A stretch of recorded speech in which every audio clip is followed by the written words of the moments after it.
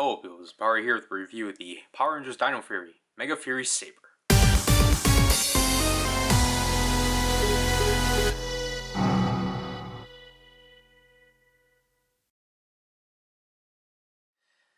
So yeah, as you can see right here, you only see the tip of the blade. That's because it's taped all the way up there. So if you actually want to see a full product shot, there you have it. Here's the full look of the entire sword itself. So, as you can see from here, with the Dino Fury logo, let's actually zoom in like so. Excuse me. Plastic-free packaging, Megafury Saber, Hasbro, everything you can do with the toy. You can press it for a try me, but obviously that's just all the sounds. As you can see from here, we actually get new art of Dino Fury Red with the Megafury Saber right there. And then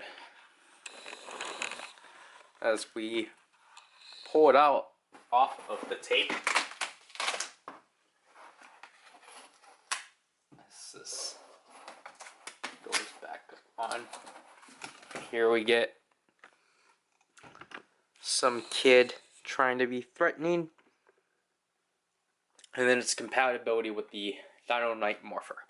So yeah, other than that, just some info dumping, and yeah, you literally can't. This thing is just not fun. Alright, so here I am at the front. Here is the Megafury Saber out of the front, out of its box. So let's just zoom in for the. That's zooming out. Let's just zoom in to take in some of the details. So we'll focus on this main blade portion. I apologize for the lack of light here. Just I can't really bring my lamps here. But as you can see, poorly see from this, I increase the ISO. The blade portion is really interesting because it's just molded. There's a lot of like the Dino Fury, like, you know, jagged symbol molded entirely on the blade, which is pretty interesting on both sides. And then the hilt size is pretty interesting. Because obviously, if you couldn't tell, this sword is heavily based off of the sword that the red Dino Fury key wields. So that's pretty interesting. And like this hilt overall is like really interesting to like hold and such. And obviously the back is just a lot of screws and such.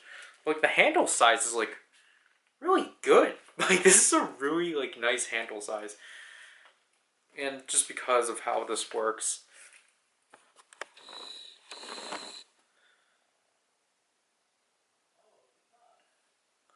So, I apologize if this is not going to focus, but basically what I'm trying to show right here is the button, which is just molded in, is the Dino Fury logo, as you can see right there, which I think is pretty neat. And then, again, this is just the back. I should actually probably show the handle. Jeez. First of all, here's the Dino Fury logo.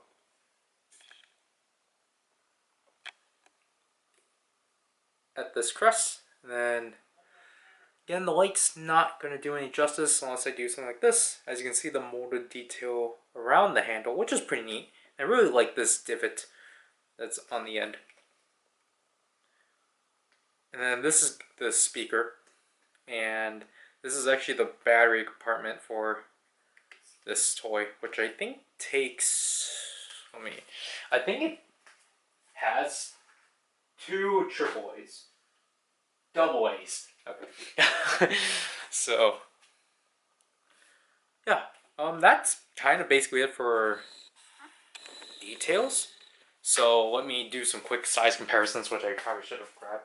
I think my Chroma Fury Saber is in my bin of just roleplay items, so I can't bring that out for comparison, sadly. But I will bring out the Zonglass sword. If I zoom out. So here's the Zonglass sword with the Megafury Saber. So obviously, it's, you know, the Zonglass sword is like one of the biggest or the longest Sentai roleplay swords we've had in a while. So it's about it's like halfway and such. So that's like pretty impressive.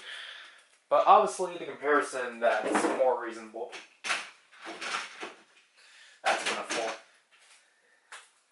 Is with the Kaiken Rekka Sound Update Edition. I apologize for that line. The Kaiken Rekka Sound Update Edition. No, the Ultimate Dai. The Kyukyoku. No, the Ultimate Great Seiken Blade. And surprisingly, the two are the exact same size. So you can literally like dual wield both of these swords, interestingly. And it's interesting. So yeah. So getting into the functions, obviously in traditional fashion with all the Dino Fury stuff for the most part, there's no on-off switch. To activate this, you simply press the activation button like so. So let me just step back and just press the blade.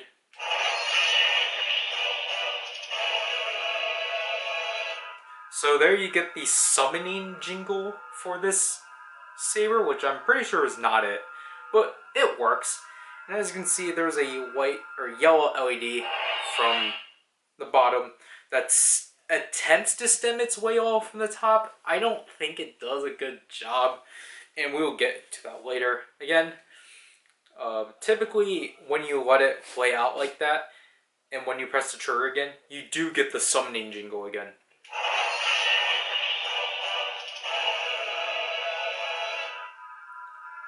So you get this pulsating sound, and then when you just press the trigger or the button, it deactivates. And then when you press the trigger or the button right after, it just simply does the sound of, there's no jingle, because you know, you pressed it immediately and such. But as you can see from, oh, you can't. So basically, if you want the jingle again, you're just going to have to wait this out for, I will say, at least 15 to 20 seconds at best. But pay attention to when I actually emit the blade again. I'll wait until it's fit by 50.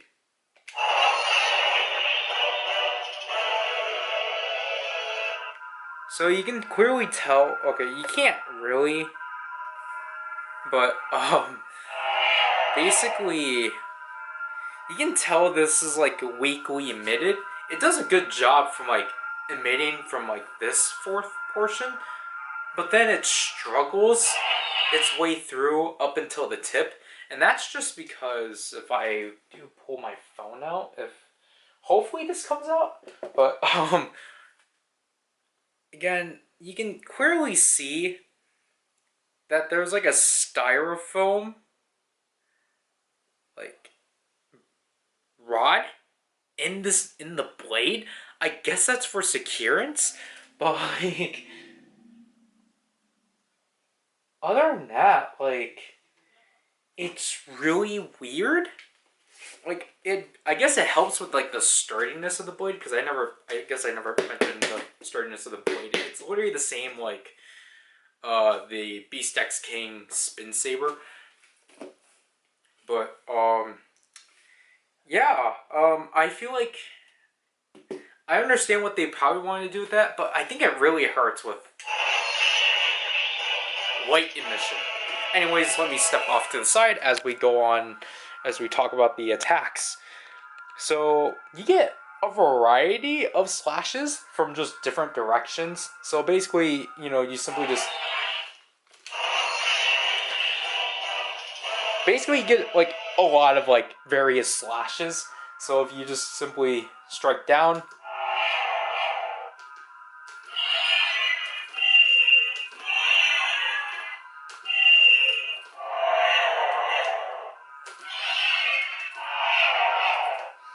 you get at least like 3 sounds, but then you swipe it to the side.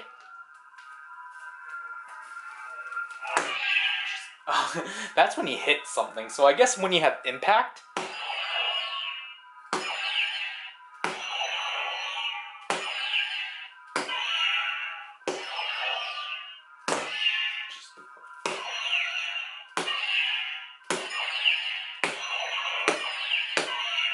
So impact's at least like 2 to 3 variants. And I think you also get those sounds when you like, you know, like when you like pierce it through. Yeah. So when you stab it through or something, then you get like.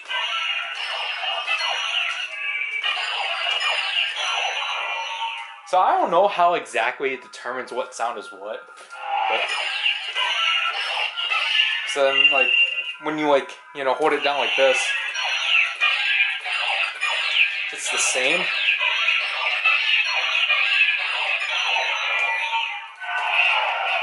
And then so I would say there was at least about like 10 slashes.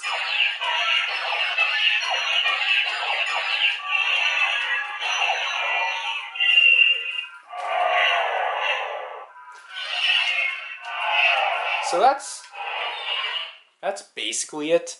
And then if we do that again, and then hold the button down.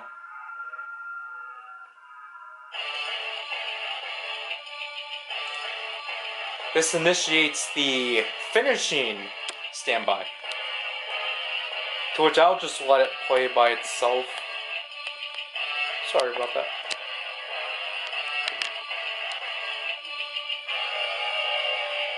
Because basically when you let it play out, it actually transitions back into this pulsing standby, which is pretty interesting. And you can hold the button at any time.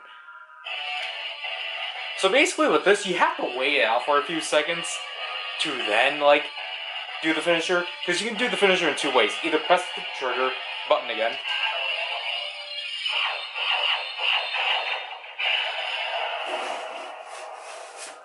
or just simply like swing it.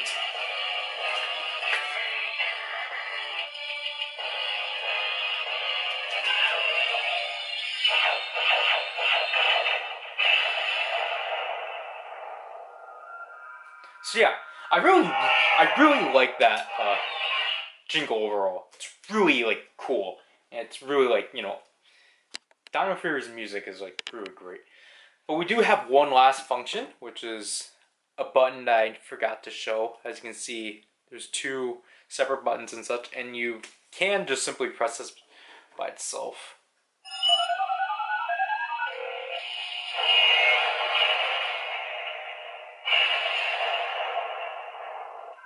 To which then it'll just transition itself back into the pulsating. That's what I really like about the sounds for this toy. They transition themselves really well back into like the normal mode. However, obviously, if you don't know, so just like with the Megafury Saber having compatibility with the Dino Fury Morpher, with this side of the Morpher, this side that we originally did not really know much about is actually meant to be for this thing. So obviously the original like intention with this thing is that you're supposed to do something like that, but I'm going to have to show it, just to be able to show off both LEDs, I'm going to have to show it off in an awkward space like this. But obviously originally you're supposed to do something like this. I can't demonstrate that.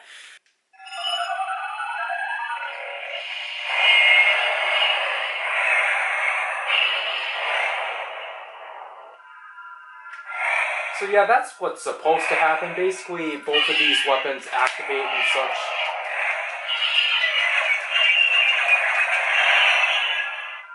But yeah, I'll just simply deactivate them and yeah.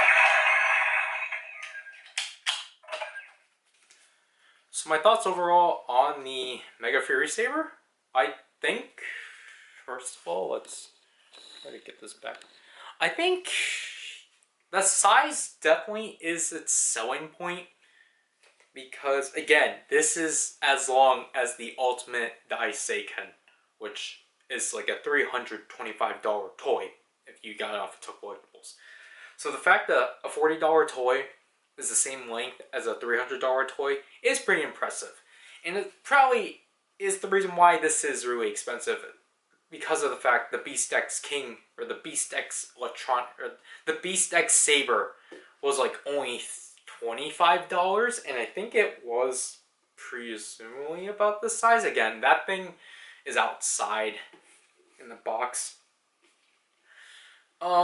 It kind of does the same amount of functions as this one. You get, like, you know, like, I at least do appreciate you get a lot of variety of, like, attacks and such, or, like, slashes and such. And I really do like the musical cues that they added with this toy. Really appreciate overall to go alongside the Dino Knight Morpher. So now that's like 10 jingles? No. 6. Yeah, that's 10 jingles, I believe, or 11 musical cues from Dino Fury and toys now and such. And I really do like the fact they did bother to add functionality with the Dino Knight Morpher with this thing, even though that's not going to happen within the show. And, like, I appreciate that this thing, for being an original weapon within Dino Fury, is based off of something that actually is from Ryusoulger. Again, this is the sword that the Red Ryusoul holds. It's just that now it's an actual weapon. Again, that's just cool. Again, I think the weak part is just its lights. I think the lights could have been a lot more impressive. Like, especially because, you know, this is double the price of the Megafury Saber. I think they could have gone a lot more with this. It really does suck that it only emits from here, and then it slightly touches itself from up there. I think that's really disappointing overall. So, besides that, though, like, I really do think this is a really neat toy. And, like, you know, if you do want, like, a long sword from Dino Fury, or just, like, any Power Ranger weapon as a whole, I definitely do recommend this. Don't know if this is the same size as, like, the Mega Blade. I'll probably say this is a bit longer. But, yeah, like, for original sword, I think Hasbro has done a pretty nice job overall with the sword weapons for Power Rangers. But I kind of would have to say I recommend you getting this at a sale price. I do not recommend you being eager like me, or just being careless and just getting this for the full $39 or like $39.95, because it's just like, yeah, you're paying for the length, but the functionality just, it's kind of a bit basic, because I might as well just had more musical cues or just something. Because, like, again, this thing was like $30, I believe, or like, heck, maybe even like 20 or so. But this thing has a lot more in functionality than, like, this thing. So I recommend it, but get on a sale. And, you know, with Cosmic Fury, you know, we're actually going to potentially get more things from Dino Fury. For example, we're actually we're going to get the Mosa Blaster, or the Mosa, I think it is the Mosa Blaster. I don't remember Gold's Morpher. We're going to actually get that. And if it's not a Nerf product, I will definitely get that. And maybe, obviously with that, hopefully they actually do the Ryusoul Caliber, or like the Dino Master Blade, whatever it's called. If they actually do that thing, I'm definitely going to pick it up. I don't care if it's just a retooling off of the Megafury Saber with the light gimmick, but yeah. So this is, again, probably one of the more solid role-play weapons. In Dino Fury, it's just the price is a bit too high. Yeah, that'll have to do with this review. So this is Power, and I'll leave people. Bye.